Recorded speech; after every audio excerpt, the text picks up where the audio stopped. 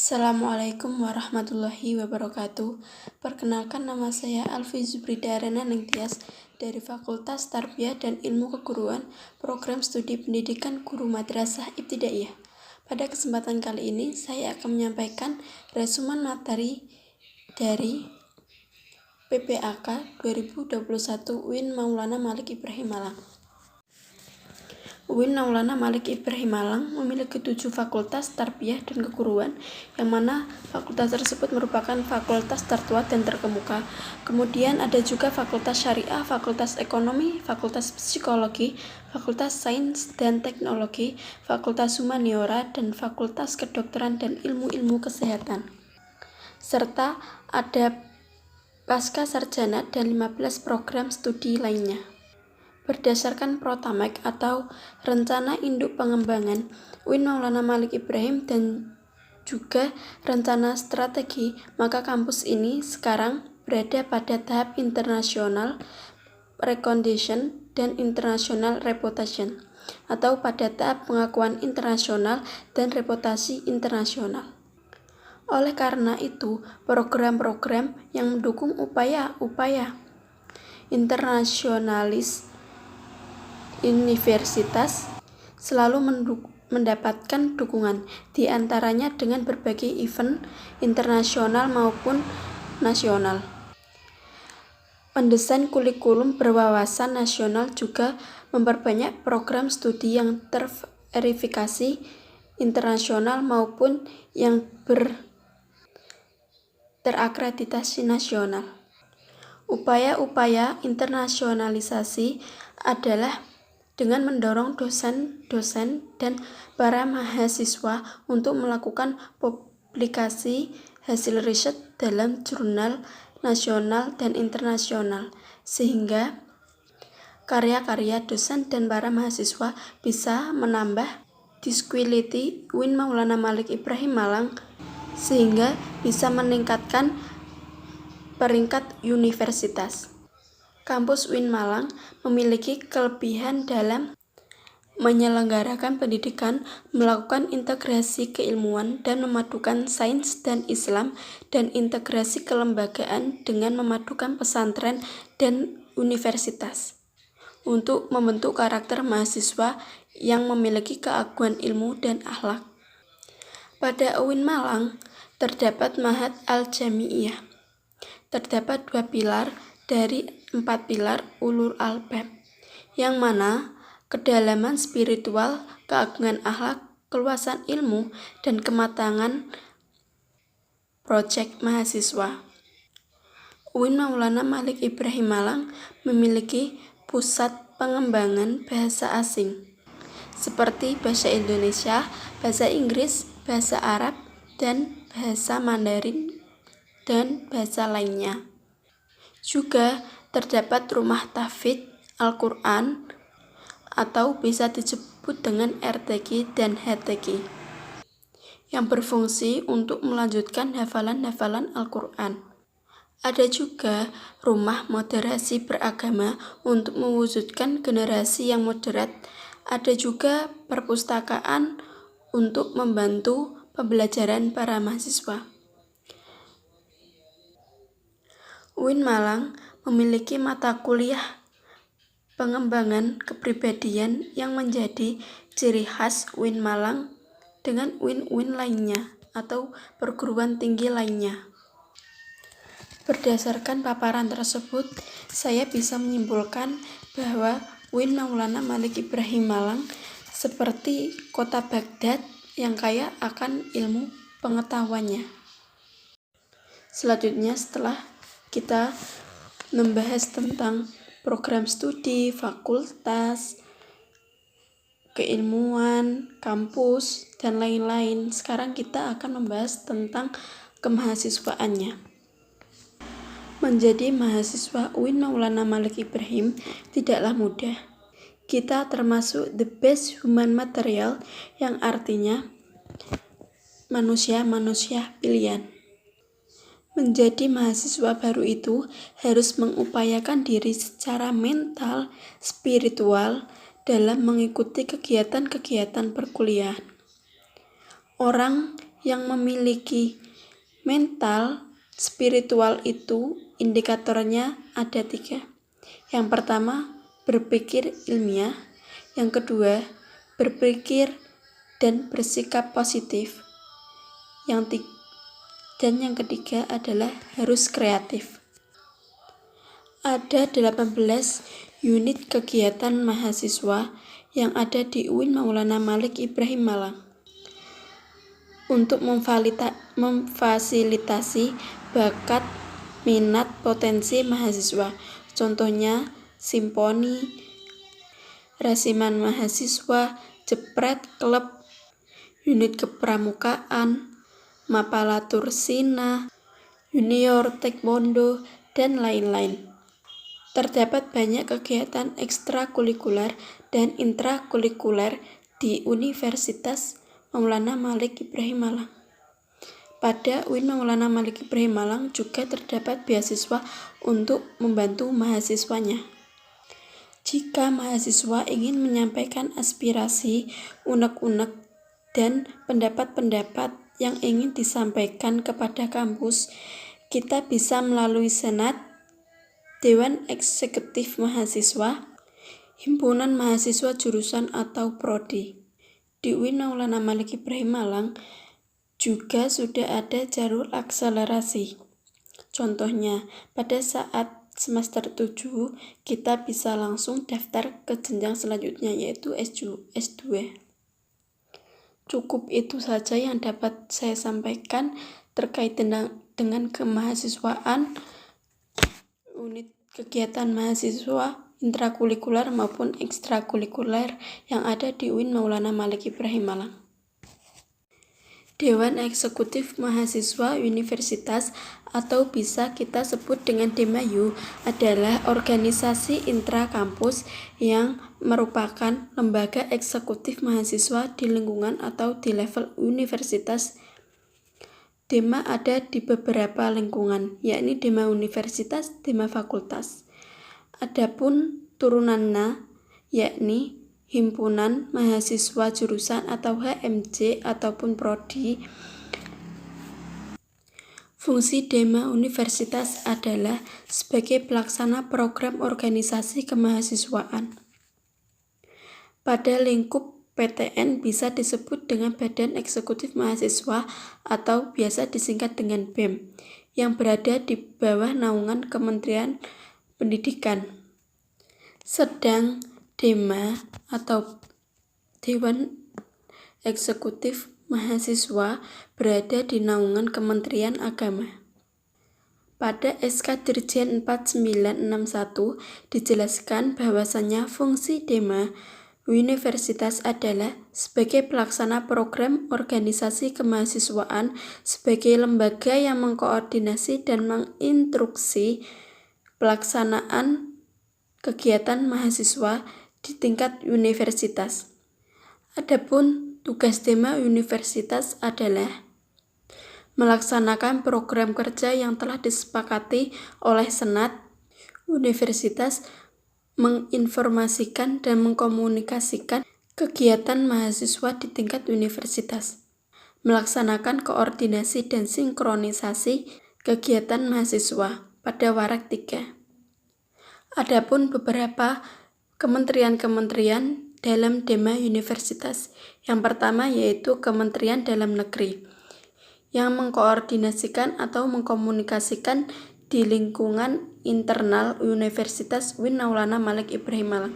Yang kedua yaitu Kementerian Luar Negeri, yang menginformasikan lembaga-lembaga di UIN Maulana Malik Ibrahim Malang dengan lembaga-lembaga di luar UIN Maulana Malik Ibrahim Malang, sehingga kita tidak hanya kuat secara internal, akan tetapi kuat secara eksternal juga.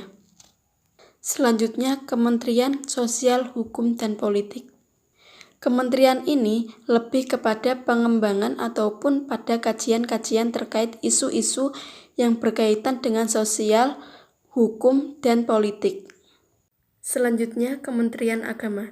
Kementerian ini bentuk upaya untuk berkolaborasi sebagai kampus yang ulul albab, terdapat integrasi keilmuan antara sains dan agama sebagai Kekuatan mahasiswa ulul albab.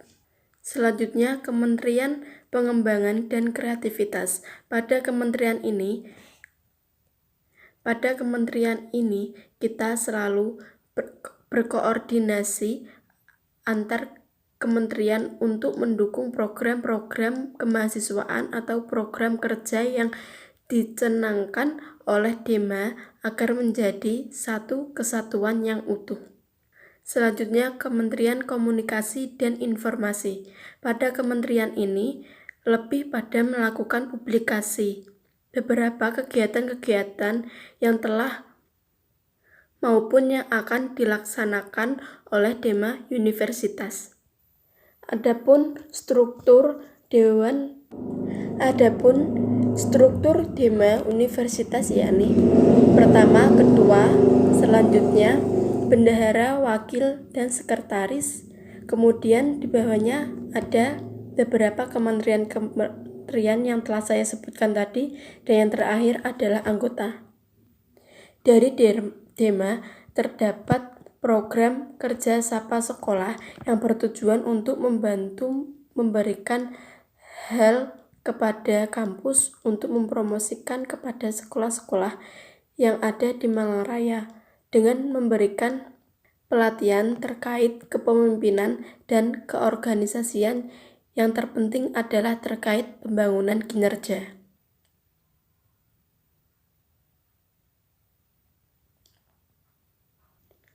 Selanjutnya, program kerja sosial hukum dan politik dan Ringla Parlemen untuk berkolaborasi kepada Republik Indonesia.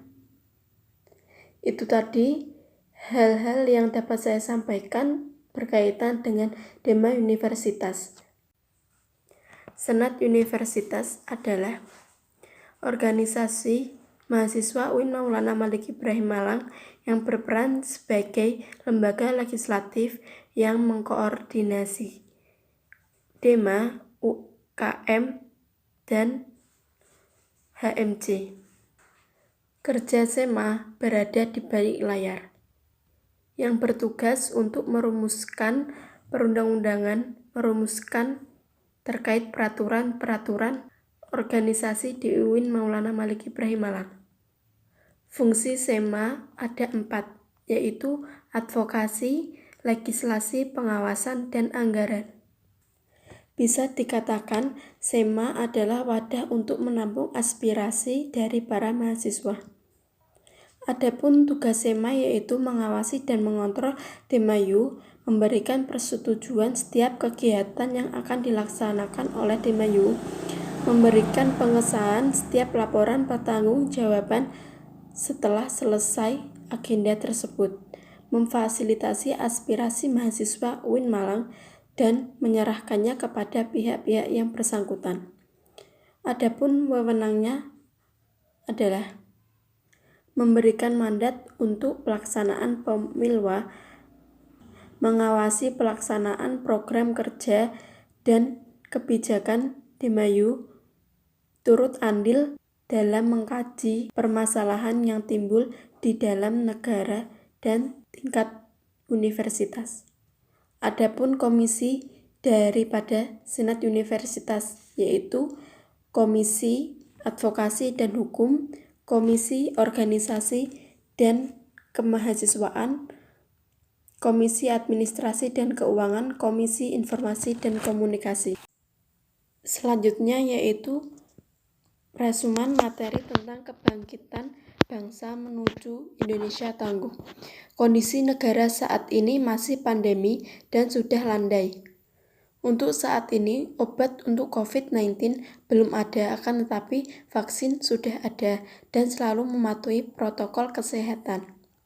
Bahkan negara-negara seperti Cina dan Amerika hanya bisa memproduksi vaksin, bukan obat. Kunci pandemi saat ini ada 2 setidaknya. Yang pertama yaitu vaksin dipercepat sehingga terjadi herd imun dari 70% warga Indonesia harus melakukan vaksinasi agar berjalannya proses pembelajaran tatap muka berlangsung. Dan yang kedua adalah disiplin dalam prokes. Kesadaran warga desa terhadap COVID-19 sangatlah rendah. Efek daripada pandemi ini bukan hanya menurunnya imun dan kesehatan tubuh kita, akan tetapi ekonomi, pendidikan juga ikut menurun. Bahkan ekonomi di negara-negara dunia itu turun semua. Bahkan ada sampai yang positif. Dan saat ini Indonesia sudah ekonominya itu sudah positif. Itu artinya sudah ada peningkatan ekonomi. Apabila COVID naik, maka ekonomi turun. Apabila COVID turun, maka ekonomi akan meningkat. Sementara kapasitas APBN kita, postur anggaran kita itu sebagian masih hutang. Kenapa hutang? Karena paling cepat ya dengan itu cara untuk menanggulangi pandemi ini untuk mencukupi kebutuhan masyarakat. Di lain itu karena kita tidak bisa mencetak uang sendiri. Hutang negara naik itu digunakan untuk yang pertama, melewati pandemi, yang kedua, menghidupkan lagi kegiatan ekonomi agar pertumbuhan ekonomi positif. Yang ketiga, agar kita tidak terjadi learning loss. Karena pada saat ini angka pendidikan Indonesia itu menurun. Adapun upaya-upaya Kementerian Pendidikan yang telah dilakukan untuk membantu para mahasiswa maupun para siswa, yaitu membantu dengan adanya beasiswa, bantuan operasional sekolah bisa berupa kuota internet. Bahkan ada kesepakatan antara Kementerian Agama dan Kementerian Pendidikan, Kebudayaan, dan Ristek dan Kementerian Keuangan. Pentingnya kolaborasi heksahelik menjadi kunci agar negara kita keluar dari krisis COVID-19. Fenomena yang sedang menguat atau menjadi tren ada 3, yaitu kemajuan teknologi, kemajuan hiroh beragama, dan kemajuan pasar.